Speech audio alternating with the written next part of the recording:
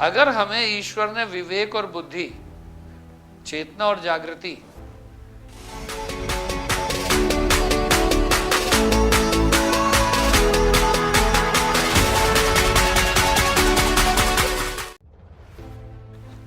members of Rosemary family and lovely countrymen, आज हम नरेंद्र मोदी के जन्म दिवस पर सभी को शुभकामनाएं प्रेषित इस दृष्टि से करते हैं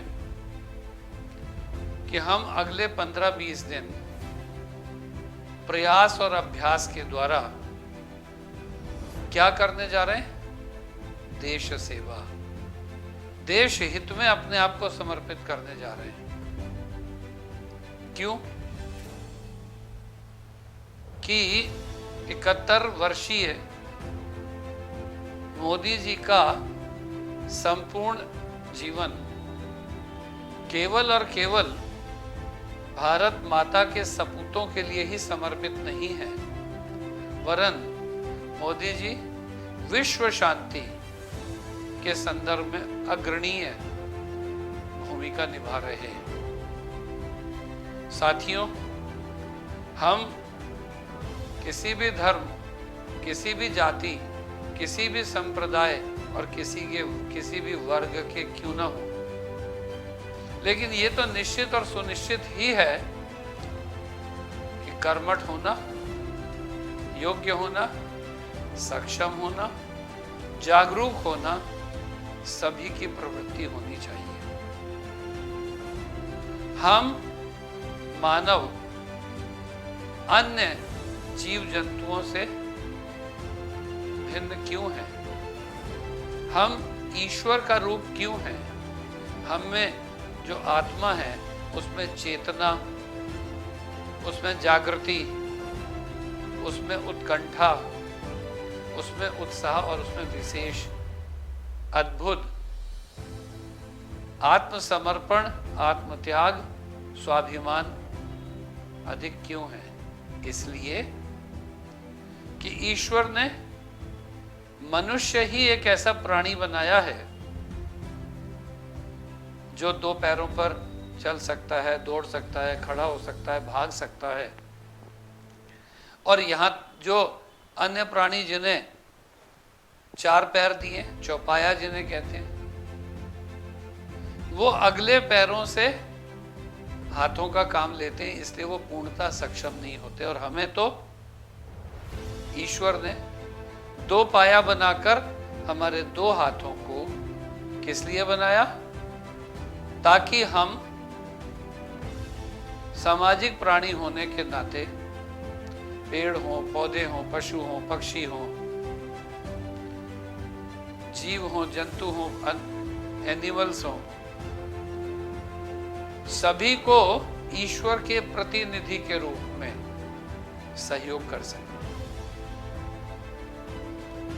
यदि इस अद्भुत मस्तिष्क के साथ साथ ईश्वर ने हमें कुशल 2 हाथ न दिए होते तो मनुष्य का भी अन्य प्राणियों से ऊपर उठ पाना असंभव और मुश्किल होता। हम अपने इन हाथों से अपने लिए भोजन तैयार नहीं करते?